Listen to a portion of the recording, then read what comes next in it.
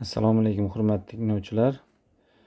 Yana darsimizni davom ettiramiz. 23-masaladan boshlaymiz. Avtomobil 4 kilometr sharqqa, keyin esa 6 kilometr g'arbga yurdi. Avtomobilning ko'chishi qanday? Demak, avtomobil 4 kilometr sharqqa, 4 kilometr sharq tomoniga yo'naltiramiz. 4 kilometr keyin 6 kilometr g'arbga yurdi. Avtomobilning ko'chishi bu degani sharq tomonga yurgan yo'lini g'arb tomonga yurgan yo'ldan ayirib tashlaymiz. Ya'ni 4 kilometr bo'lsa, g'arb tomonga 6 kilometr. Ko'chish degani bu harakat boshlangan nuqta bilan harakat tugallangan nuqtalarning orasidagi masofa hisoblanadi. Mana ko'chishi mana shu yer bo'ladi, ko'chish. Xo'p, demak, ko'chish shunda 6 kilometrdan ayirib tashlaymiz 4 kilometrni. Ya'ni 2 kilometr masofaga ko'chgan bo'ladi. 24-masalamiz. Avtomobil 2 kilometr janubga, keyin esa 6 kilometr g'arbga yurdi.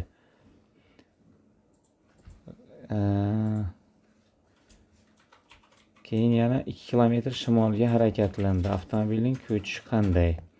Demak, avtomobil 2 kilometr janubga, demak, janub tomonga bo'lsa 2 kilometr janubga yurgan.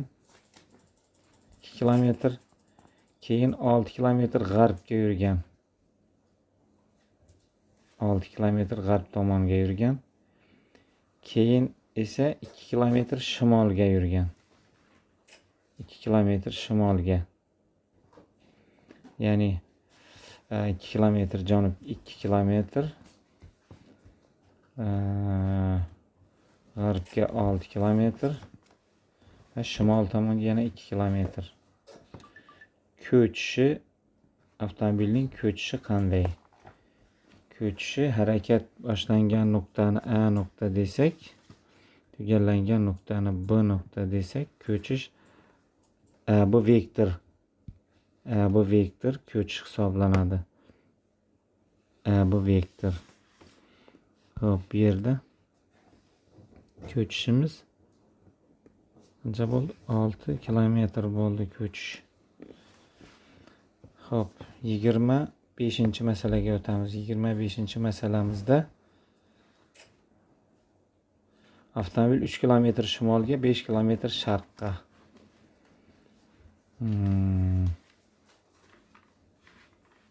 13 kilometr janubga, 5 kilometr g'arbga va 6 kilometr shimolga yurdi. 3 kilometr shimolga, demak 3 kilometr shimolga, 3 kilometr shimolga, 5 kilometr sharq tomonga, 5 kilometr, ya'ni 3 kilometr, 5 kilometr sharqqa, 13 kilometr janubga, 13 kilometr janubga yurdi.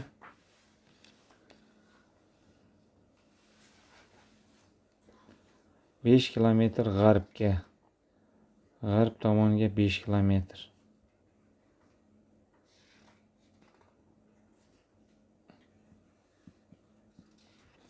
5 kilometr va 6 kilometr shimolga yurdi. 6 kilometr shimolga yurdi. Shimol tomonga yana 6 kilometr yurgan. Ya'ni xo'p, shimol tomonga yana 6 kilometr yurgan bo'lsa, xo'p, mana shimol tomonga 6 kilometr bo'ladigan bo'lsa,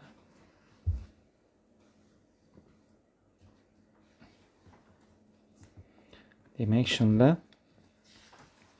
avtomobilning ko'chishi qanday bo'ladi? Harakat boshlangan nuqta A nuqta bo'ladigan bo'lsa, A nuqta tugallangan nuqtamiz mana bu yerda B nuqta bo'ladi. Demek shunda avtomobilning ko'chishi qanday? 25-masalamizda avtomobilning ko'chishi 6 kilometrga teng bo'ldi.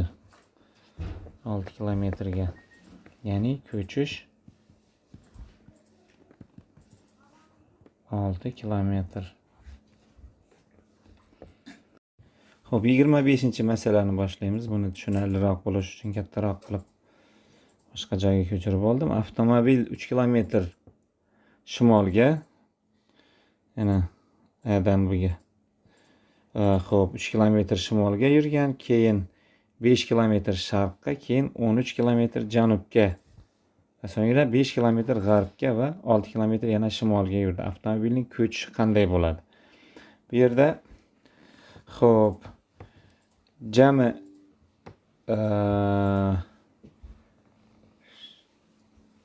sharqqa yurgani bilan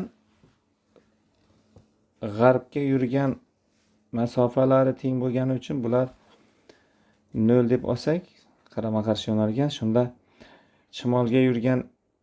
shimol tomonga yurgan jami masofalari bu yerda 3 kilometr, 3 kilometr plus 6 kilometr bo'ladi. Bu yerda jami shunda 9 kilometr shimolga yurgan va janub tomonga 13 kilometr yurgan. Janub tomonga 13 kilometrdan ayiramiz 9 kilometrni.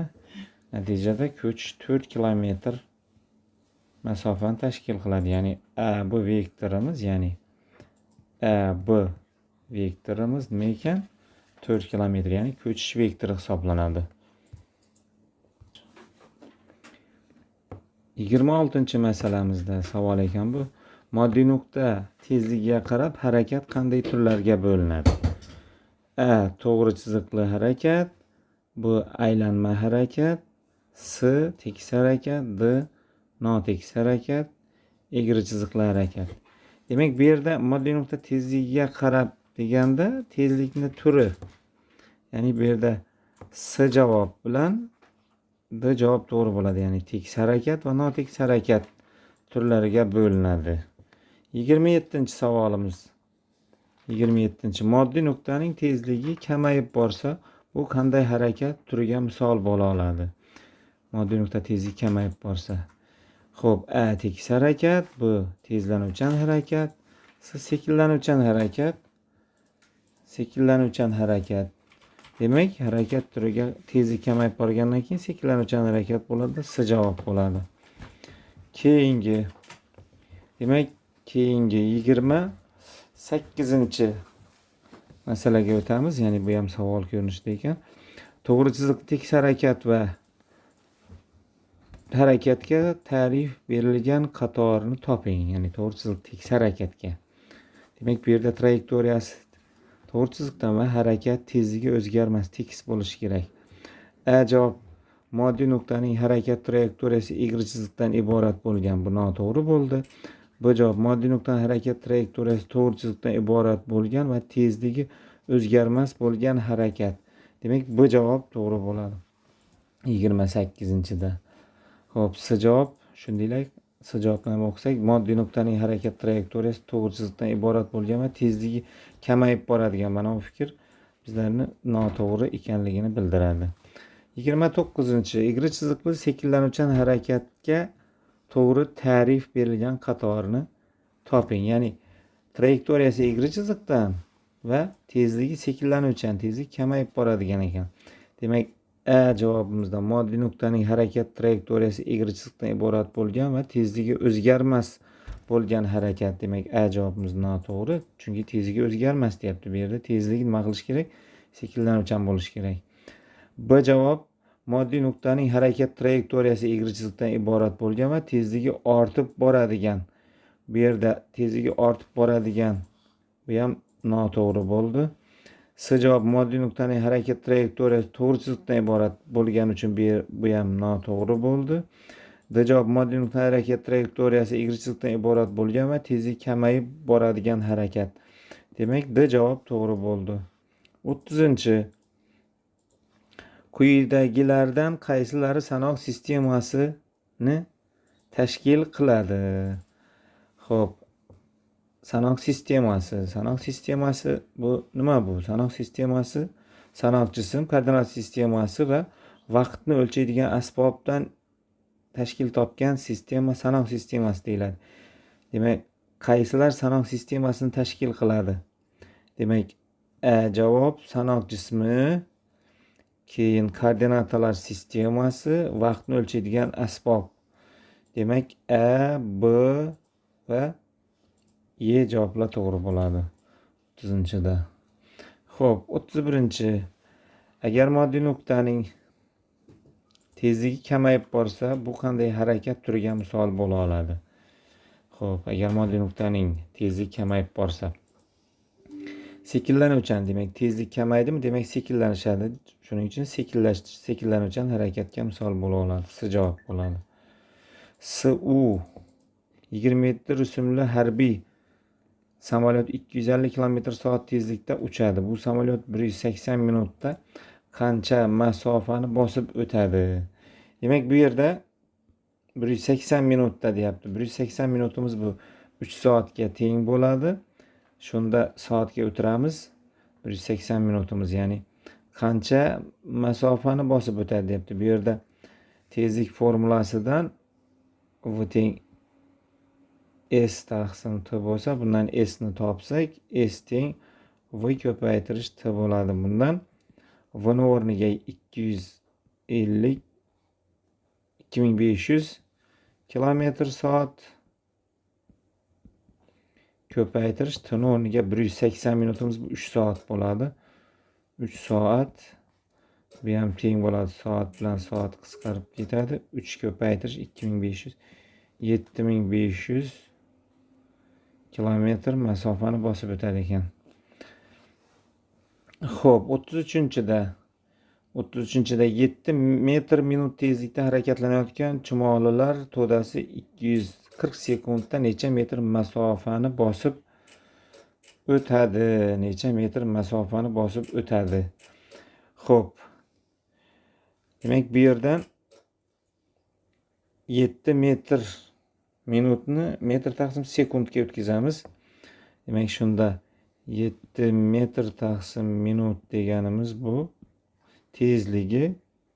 Buni 7 metr taqsim 1 minutimiz 60 sekund bo'ladi. Shunda 7 taqsim 60 metr taqsim sekund tezlik bilan harakatlangan. Xo'p, necha metr masofani bosib o'tadi? Ya'ni s bu yerda 240 vaqt berilgan 240 sekund.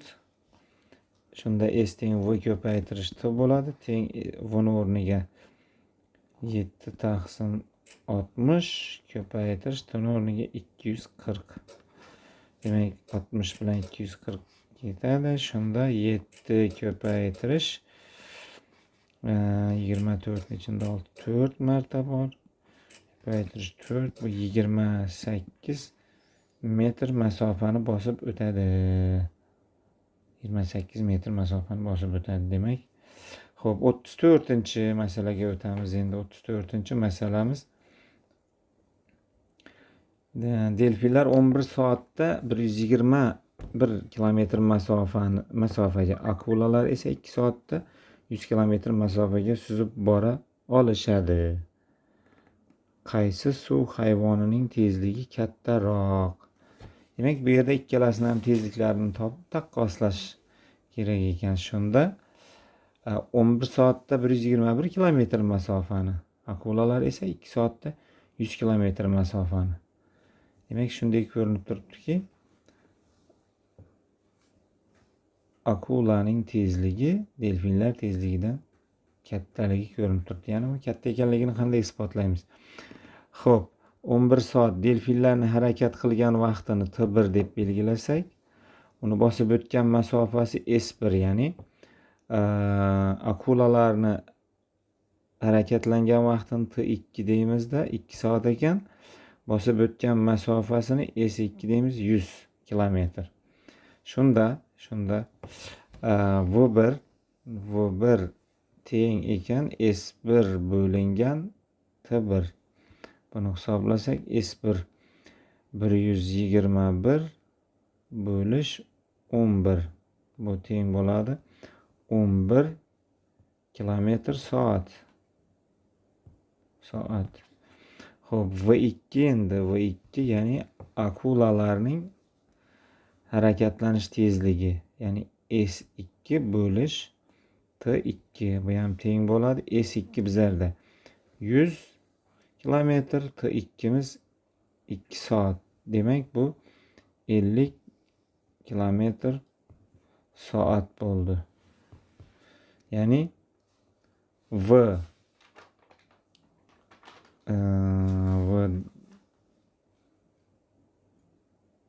V2 katta ekan V1dan. Ya'ni bu yerda qaysi suv hayvonining tezligi kattaroq? Bu yerda akulaning tezligi katta ekan. Ya'ni akulaning tezligi 50 kilometr soat, delfinning tezligi 11 kilometr soat bo'ldi. 35-masalaga o'tamiz. Denis Istomin va Novak Djokovic tennis o'ynashdi. Istomin urgan to'p 2 sekundda Djokovicga yetib borsa, Djokovic qaytargan to'p 1.8 sekundda Istominga boradi. Qaysi tennischi to'pni yuqori tezlikda uradi? Xo'p. Demak, bu yerda ikkalasi o'rtasidagi masofani teng desak, Djokovic qaytargan to'p o'sha masofani Istomin urgan to'pga nisbatan 0.2 sekundga qisqa vaqt ichida bosib o'tgan. Shuning uchun Djokovicning qaytargan to'pi, tennischining to'pi yuqori tezlikda ura oladi. Ya'ni qaysi tennischi? Demak, bu yerda Djokovicni urgan to'pining tezligi katta ekan. Xo'p, buni isbotlash uchun, ya'ni T1 Istominni birinchi desak, Novakni ikkinchi deb belgilasak, Istominning urgan to'pi 2 sekund harakat qilgan, Djokovicning urgan to'pi T2 teng 1.8 sekund harakat qilgan. Lekin ikkalasini ham bosib o'tgan masofasi S1 teng S2 deb belgilab olsak, qaysini tezligi katta degan savol berilyapti bu yerda. S1 V1 ko'paytirish T1 teng S2'miz V2 ko'paytirish T2. Demak, bu yerdan V1 bizlarda V1 qiymati, V1 o'zi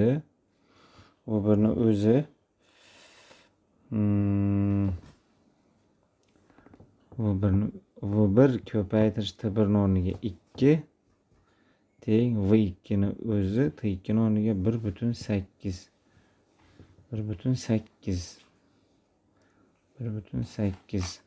Xo'p, shunda V1 taqsim V2 teng ekan 1.8 bo'lingan 2. Bu nisbat kichik 1dan. Demak, shunda V2 katta bo'ldi, V1dan katta bo'ldi V2. Shuning uchun nima ekan? Djokovicning to'pi tezligi katta bo'lar ekan. Xo'p, 36-chi. Timsoh o'ljasini cho'ktirib yubormaslik uchun o'ljaga 1.8 metr/minut tezlikda yaqinlashadi. Timsoh o'ljasini cho'chitib yubormaslik uchun o'ljasiga 1.8 metr/minut tezlikda yaqinlashadi. U o'ljasiga 600 sekundda yetib borsa, o'ljagacha bo'lgan masofa qanday? Xo'p, 36-masala, ya'ni timsoh o'ljasini cho'chitib yubormaslik uchun o'ljasiga 1.8 metr/minut tezlikda yaqinlashadi. Demak, berilgan berilgan.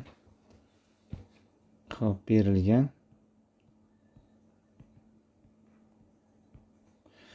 Demak, timsohning tezligi, ya'ni v teng 1,8 metr taqsim minut ekan. U o'ljasiga 60 sekundda yetib boradi. Timsohning o'ljagacha yetib borish vaqti 600 sekund ekan. 600 sekundda yetib o'ljasigacha bo'lgan masofa s so'ralyapti bu yerda. S necha metr? Demak, bizlar bu yerda metr taqsim minutni, ya'ni 1,8 metr taqsim minutni metr taqsim sekundga yoki 600 sekundni minutga o'tkazsak ham bo'ladi. Qaysi endi xohlang 600 sekundni minutga o'tkazing, xohlang 1,8 metr taqsim minutni metr taqsim sekundga o'tkazamiz.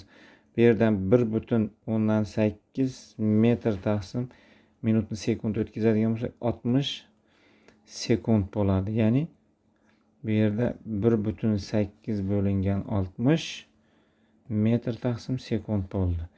Endi hisoblash tezlik formulasidan s taqsim t, bundan s ni topsak, s teng v ko'paytirish t bo'ladi, ko'paytma bo'lib o'tadi. Endi o'rniga qo'yib hisoblaymiz. Demak, bu formulasi edi. Formulasi endi hisoblash.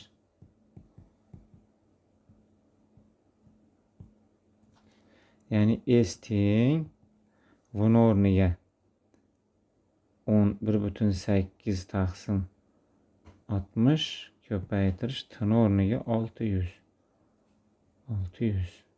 Xo'p, 600 ni ichida 60 10 marta bor. Demak, 1,8 ko'paytirish 10 bo'ladi. Demak, 18 metr bo'lar ekan. Endi ikkinchi yo'limiz bor. Ikkinchi yo'limizda xo'p, yana boya aytgan ikkinchi holatda, ya'ni berilgan v teng 1,8 metr taqsim minut. Demak, t teng 600 sekund topishimiz kerak ekan masofani, ya'ni o'ljagacha bo'lgan masofa. Bu yerdan 600 sekundni minutga o'tkazsak, 660 ga bo'lsak 10 minut bo'ladi bu. 10 minut. Chunki 600 sekundimiz 10 minutga teng, ya'ni 1 minut 660 sekund bo'lsa, xo'p, demak shunda formulasi yana v teng s bo'lingan t, s ni topsak v ko'paytirish t bo'ladi. Xo'p, s teng v o'rniga endi 1,8 metr taqsim minut ko'paytirish t o'rniga 10 minut. Minut bilan minut qisqarib ketadi. Bu yerdan 1,8 ko'paytirish 10 metr, bu ham teng 18 metr masofani bo'ladi. Demak, ikkinchi usulimiz salgina osonroq bo'ldi. Xo'p. 37-masala.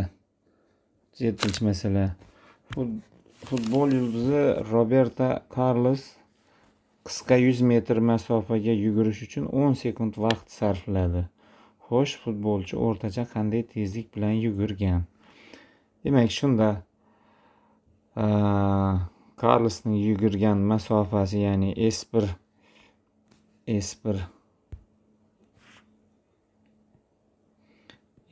teng ekan. Ya'ni S teng 100 metr. 100 metr masofaga yugurish uchun sarflagan vaqti t teng 10 sekund. 10 sekund bo'lsa, demak, o'rtacha qanday tezlik bilan harakat qilgan?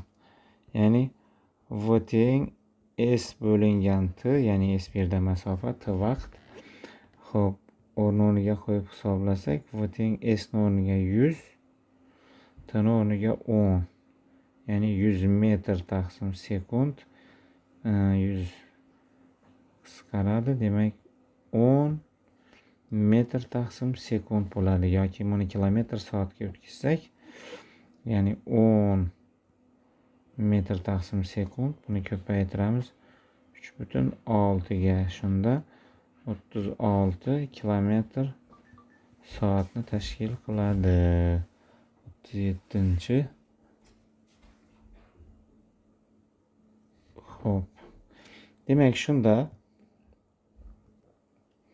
38-chi. Ya'ni 10 metr sekund tezlikda mototsiklchi 3 soatda qanday masofa bosib o'tadi? Bu yerda xo'p. Qanday masofa bosib o'tadi? Bu yerdan tezligi berilganini yozadigan bo'lsak, yana xo'p.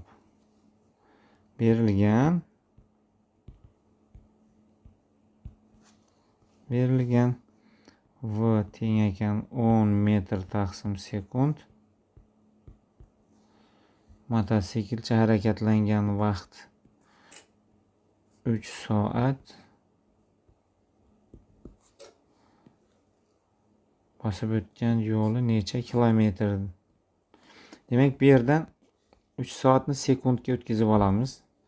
3 soatimiz 3 ko'paytirish 1 soatimiz 60 minut ko'paytirish 60 sekund.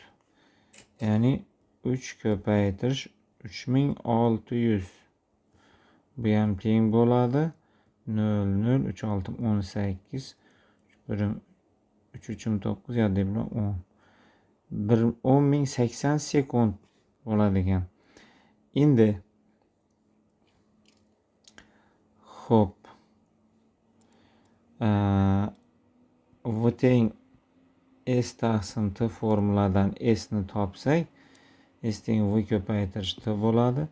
Qiymatlarini o'rniga qo'yamiz, ya'ni tezligimiz 10 metr taqsim sekund ko'paytirish T o'rniga 10.800 sekund bo'ladi. Sekund bilan sekund qisqarib ketadi.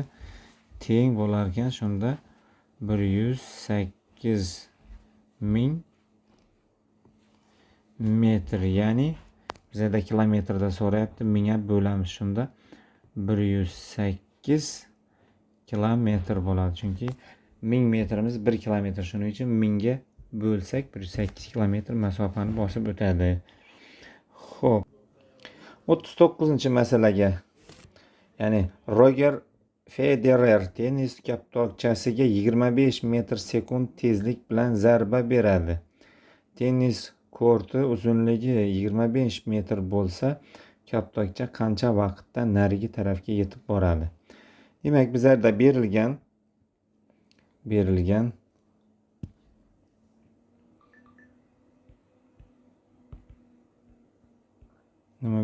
bizlarga kaptokchaning tezligi, ya'ni V teng 25 metr taqsim sekund tezlik berilgan. Tennis korti uzunligi, ya'ni S kortning uzunligi 25 metr. Demak, o'sha masofani kaptokcha qancha vaqtda bosib o'tadi? Ya'ni narigi tomonga borish uchun vaqtni so'rayapti bizlardan, necha sekund deydi. Demak, bizlarda yana tezlik formulasidan V teng S taqsim T, ya'ni bundan T ni topsak, T teng S taqsim V formula hosil bo'ladi. Hisoblash.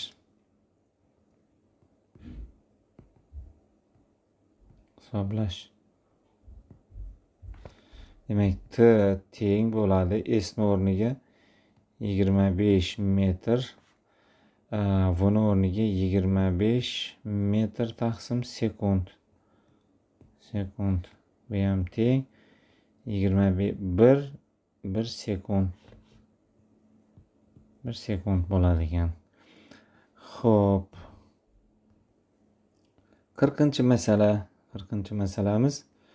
Dunyodagi eng tezkor gipertovushli samolyot NASA X-23A 1100 km/soat tezlikda uchadi.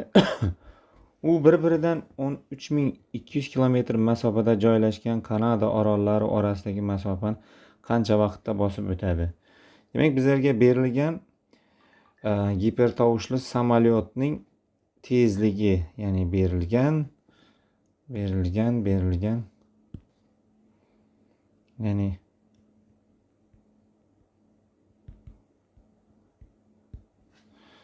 berilgan V teng 1100 kilometr soat tezlikda harakatlanadi va yana masofa berilgan bizlarda. Kanada orollari orasidagi masofa S teng, masofamiz qancha? 13200 kilometr masofani qancha vaqtda bosib o'tadi? Savol. Vaqtni so'rayapti. Xo'p, so'roq. Ya'ni V teng S taqsim T, T'ni topsak, bu yerdan T teng S masofani bo'lamiz tezlikka. Ya'ni T teng bo'ladi. Masofamiz 13200 kilometr. Tezligimiz 1100 kilometr taqsim soat. Bu yerdan teng 1, 2, 3, 4 kilometr ketadi. Shunda soat qoladi. Soat yuqori chiqsa. Xo'p. 132 ni bo'lamiz 11 ga. Ya'ni bu yerda soat qoldi. Shunda bu 13 ni ichida 11 bir marta. Xo'p. 22 ni ichida 11 2 marta. 12 soat. 12 soat ekan. 12 soat bo'ldi. Xo'p, 41-masala. 41-masalada Amirsoy oromgohidagi qanot orasidagi masofa 486 metrdan bo'lgan 7 ta ustunga qurilgan kabinaga o'tirgan bir guruh sayohatchilar 9 minutda yuqoridagi manzilga yetib borishgan bo'lsa, qanot qanday tezlik bilan harakatlanmoqda? Demak, bu yerda sayohatchilar jam bosib o'tish kerak bo'lgan masofa, ya'ni 9 minutda bosib o'tadigan masofa 7 ta ustun oralig'idagi masofa, ya'ni har bir ustunlar oralig'idagi masofa 486 metrdan bo'lsa, men endi chizib oldim oldinroq. Demak, bu yerda 1, 2, 3, 4, 5, 6 ta ekan. Demak, 6 ta ustun bo'lsa, demak, shunda jami masofamiz S teng bo'ladi 6 ko'paytirish 486 metr bo'ladi. Ya'ni bu ham teng 6 ko'paytirish 6, 36 ni 6si 3 yotda 68 48 49 50 51 5 6 4 24 yotdagi 5 bilan 29. Ya'ni 2916 metr. O'sha masofani sayohatchilar teng 9 minutda bosib o'tgan bo'lsa, sayohatchilarning tezligi, ya'ni bu teng necha metr taqsim minutni tashkil qilishini topish kerak. Ya'ni bu teng bo'ladi S taqsim T. Bu yerdan, ya'ni V teng S o'rniga 2916 metr, T o'rniga 9 minut. Ya'ni bu ham teng 29 ichida 3 marta, 9 21 ni ichida 2 marta bo'ladi. Ya'ni 324 metr taqsim minutni tashkil qiladi. 42-masala. Oqim tezligi 180 detsimetr taqsim minut bo'lgan sokin daryoda oqib ketayotgan xas 10 sekundda qanday masofaga oqib ketadi? Bu yerdan, ya'ni bizlarga berilganlar, demak, oqimning tezligi, ya'ni V teng 180 detsimetr bo'lingan minut va oqish vaqti 10 sekund, ya'ni xas cho'pning harakatlangan vaqti, ya'ni qancha masofani bosib o'tgan. necha metr masofani. Bu yerdan tezlikni birlik ustida ishlash talab qilinadi. 180 detsimetrni xo'p metrga o'tkazsak 0,1 metrni tashkil qiladi 1 detsimetrimiz. Xo'p, minutimizni sekundga o'tkazsak 1 minut 60 sekund. 60 sekund bo'ladi. Demak, bu yerdan 180 ko'paytirish 0,1 metr bo'lingan 60. Bu bilan 60 180 bilan qisqaradi. Shunda 0,3 dan bo'ladi. 0,3 metr taqsim sekund tezlik bilan harakat qilgan. Shunda bosib o'tgan masofasini topadigan bo'lsak, ya'ni v teng s bo'lingan t, bundan s ni topsak, s teng bo'ladi v ko'paytirish t. Bu ham teng s ni o'rniga, v ni o'rniga 0,3 metr taqsim sekund ko'paytirish t ni o'rniga 10 sekund. Ya'ni bu ham teng sekund bilan sekund qisqaradida 3 metr masofani bosib o'tadi ekan 42-masalamiz. Xo'p, 43-masalamizda 43-masalamiz futbol yulduzi Zlatan Ibragimovich mashhur zarbasida to'p 90 km/soat tezlikda zarba bergan va to'p 2 soniyada darvozaga gol bo'lgan edi. U qanday masofadan darvozaga zarba bergan? Ya'ni bu yerda berilgan ma'lumotlar demak, to'pning tezligi, ya'ni 90 km/soat bergan va to'p 2 soniyada darvozaga gol bo'lgan.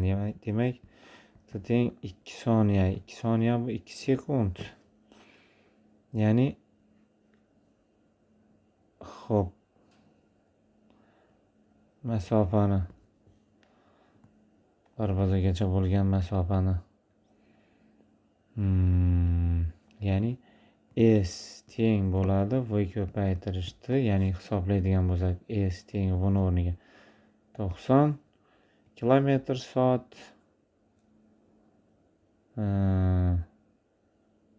yo'q. Uzr so'rayman. Xo'p, bu yerda ozroq xatolashmoqchi bo'libman. Demak, 90 km/soat tezlikni metr sekundga o'tkazib olish kerak. 90 km/soatni metr sekundga o'tkazish uchun 90 ni ya'ni kilometrni metr o'tkazsak 1000 bo'ladi. 1000 metr, soatimiz 3600 sekund. Ya'ni bu yerdan 1 2 3 4 nollar ketdi. 36 bilan 9 qisqarsa bu yerda 4 bo'ladi. Bu yerda 10. Demak, 10 100 taqsim 4. Ya'ni bu ham teng 25 metr taqsim sekundni tashkil qildi. Ya'ni demak, 25 metr taqsim sekund tezlik bilan harakat qilar ekan. Shunda s teng v ko'paytirish t, ya'ni v ni o'rniga 25 metr taqsim sekund ko'paytirish t ni o'rniga 2 sekund, bu ham teng 50 metr masofadan gol urilgan. Demak, javobimiz 50 metr. Xo'p. 44-masala. Xo'p, sezgan kenguru 50 km/soat tezlikda qocha oladi. U necha minutda xavf hududidan 5 km uzoqlashadi? Demak, bizlarga berilgan masalamiz, xo'p, kenguruning tezligi berilgan.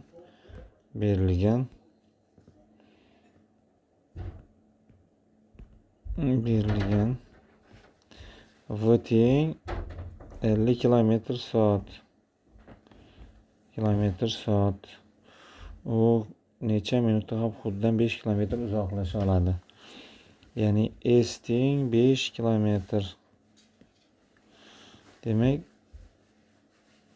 necha minutda teng necha minut, ya'ni 50 km/soat tezlik bilan 5 km necha minutda bosib o'tamiz degan masalada bu. Shunda T teng S taqsim V. Bundan T teng S o'rniga 5 km, T o'rniga 50 km taqsim soat. Bu ham teng 1 taqsim 10 soat bo'ldi. Ya'ni bu ham teng 1 soatimiz 60 minut. 60 bo'lingan 10 bo'ladi. 60 minut. Bu ham 6 minut. 6 minutni tashkil qiladi. 44-chi. Ikkinchi masala. Burgut o'ljasiga hujumga o'tganda 240 km/soat tezlikda harakatlanadi. Burgut ko'zlari esa 10 km/dagi o'ljani bemalol ko'ra oladi. U o'ljasiga qancha vaqtda, ya'ni necha minutda yetib boradi? Demak, bizlarga berilgan burgutning tezligi, ya'ni V teng 240 km/soat, ya'ni km/soat. 240 km/soat. Burgut ko'zlari esa 10 km/dagi o'ljani bemalol ko'ra oladi. Demak, o'ljagacha bo'lgan masofani 10 km. O'ljasiga qancha vaqtda yetib boradi? Demak, tini so'rab turibdi, ya'ni necha minutda deyapti. Biz soatda hisoblab chiqarib, keyin minutga o'tkazsak ham bo'ladi. Teng S taqsim V. Demak, S bizlarda 10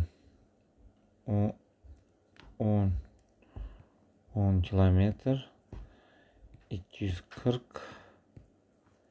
km taqsim soat qisqaradi. Bu ham teng 1 taqsim 24 soat bo'ldi. Minutga o'tkazsak, buni ham 1 soatimiz 60 minut bo'lsa, 1 ko'paytirish 60 minut bo'lingan 24. Bu ham teng 6 ga qisqaradi 10 taqsim 4 minut. Ya'ni bu ham 10 ni 4 ga bo'lsak 2,5 minut. 2,4 minutda yetib boradigan. 46-chi masala. Demak, odatda tovuqlar 14,4 km/soat tezlikda yugura oladi. 20 metr masofaga tovuqlar necha sekundda yugurib bora oladi? Demak, bizlarda tovuqning tezligi berilgan. V teng 14,4 km/soat. Demak, berilgan masofamiz S teng 20 metr. Necha sekundda yetib boradi? Tini so'rab turibdi. Bu yerdan T teng masofani tezlikka bo'lamiz. Ya'ni T teng bo'ladi. Masofamiz 20. 14,4. Xo'p, uzr. Bu yerdan birlik ustida ishlash bor ekan. Xo'p, shunda bizlar necha sekundda so'rayapti bu yerda. Km/soatni metr sekundga o'tkazib olamiz. Shunda teng 14,4 kilometrimizni metr o'tkazsak 1000. 1 soatimiz 3600 sekund. 1, 2, 3, 4. Ya'ni bu ham teng bo'ladi 144 taqsim 36 metr taqsim sekund. Demak, shu qiymat turib tursin. Endi T teng bu yerdan T teng bo'ladi S taqsim V. S ni o'rniga qo'yamiz 20 ni. Pastda 100 tezlikni o'rniga 144 bo'lingan 36. Bu yerdan 20 ko'paytirish 36 yuqoriga chiqadi. Pastda 144. Bu ham teng 72 ko'paytirish 10 taqsim 2 ko'paytirish 72 deb yozsak, shunda 72 bilan 72, 10 bilan 2 5 sekundda yetib boradi ekan. 47 masala. Mushuklar 50,4 km/soat tezlikda harakatlana oladi. Mushuk shu tezlikda 1 minutda qanday masofani bosib o'ta oladi? Demak, bizlarga berilgan mushukning harakatlanish tezligi v teng 50,4 km/soat va harakatlanish vaqti berilgan 1 minut. Bizlardan so'rayapti, qanday masofani bosib o'tadi. Esni bizlar bu yerdan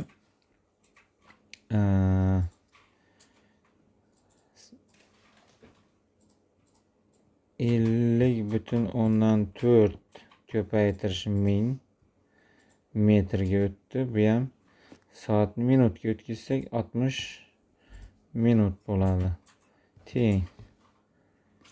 Teng bu yerdan 1 2 0 qisqartiramiz. Shunda 50,4 ni 100 ga ko'paytirsak 5040 bo'lingan 6. Ya'ni metr taqsim minut. Xo'p, endi S masofani topadigan bo'lsak, ya'ni xo'p, S teng V ko'paytirish T bo'ladi. Buni o'rniga 5040 bo'lingan 6 ko'paytirish 1 minut. Ya'ni bu ham teng 5040 ni bo'lamiz 6 ga. 5040 ni 6 ga bo'lsak necha chiqadi? Xo'p. 50 ning ichida 8 48 kelyapti. 24 ning ichida 6 4 marta 0 ni tushib qo'yilgan. 840 metr masofani bosib o'tadi ekan. 48-masala. Shilliq qurt 3 sm/minut tezlikda sudralib 1 soatda necha detsimetr masofani bosib o'tadi? Demak, shilliq qurt 3 sm/minut tezlikda sudralib. Demak, shilliq qurtning tezligi v teng 3 sm/minut. Harakat qilgan vaqti T teng 1 soat. Necha detsimetr masofani bosib o'tadi? S teng necha detsimetr? Demak, xo'p, minut 1 soatni minut o'tkazsak 60 minut bo'ladi. 60 minut. Endi xo'p, S ni topsak V ko'paytirish T bo'ladi. Ya'ni S teng bo'ladi. Shunda buni o'rniga 3 sm/minut ko'paytirish T ni o'rniga 60 minut. Minut bilan minut qisqaradi. Teng bo'ldi. Shunda 180 santimetr. Bu ham teng bo'ladi. 1 santimetrimiz, ya'ni 1 detsimetrimiz bu 10 santimetr bo'ladi. Shunda detsimetr o'tirish uchun 10 ga bo'lsak 180, ya'ni taqsim 10 18 detsimetr yo'lni bosib o'tadi ekan. 49-masala. Asalarilar 25,2 km/soat tezlikda uchishadi va ular 420 metr masofaga uchishi uchun necha minut vaqt sarflashadi? Ya'ni bu yerda asalarilarning tezligi v teng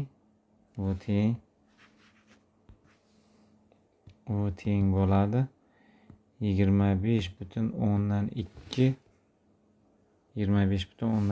kilometr taqsim soat.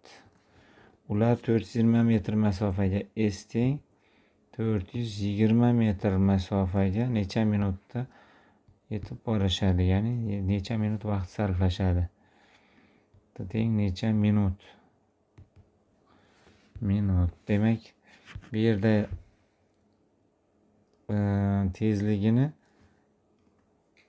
metr taqsim minutga o'tkazsak, shunda 25,2 ko'paytirish 1000 1 kilometr 1000 metr, 1 soatimiz 60 minut. Chunki bizlardan minutda so'rashyapti. Xo'p, demak shunda 1 qisqarsa bu ham teng bo'ladi. 25,2 ni 100 ga ko'paytirsak 2520 bo'lingan 6. Demak, metr taqsim minut bo'ldi. Endi T teng S taqsim V. S ni o'rniga qo'yamiz 420, buni o'rniga qo'yamiz 2520 bo'lingan 6. Demak, bu yerdan 420 ko'paytirish 6 bo'lingan 2520 teng 1 bilan 1 qisqaradi. Xo'p, demak shunda 6 2012 6 424 25 pastda ham 252 teng 1 minut. 1 minut vaqt sarflanadi ekan. 50-masala.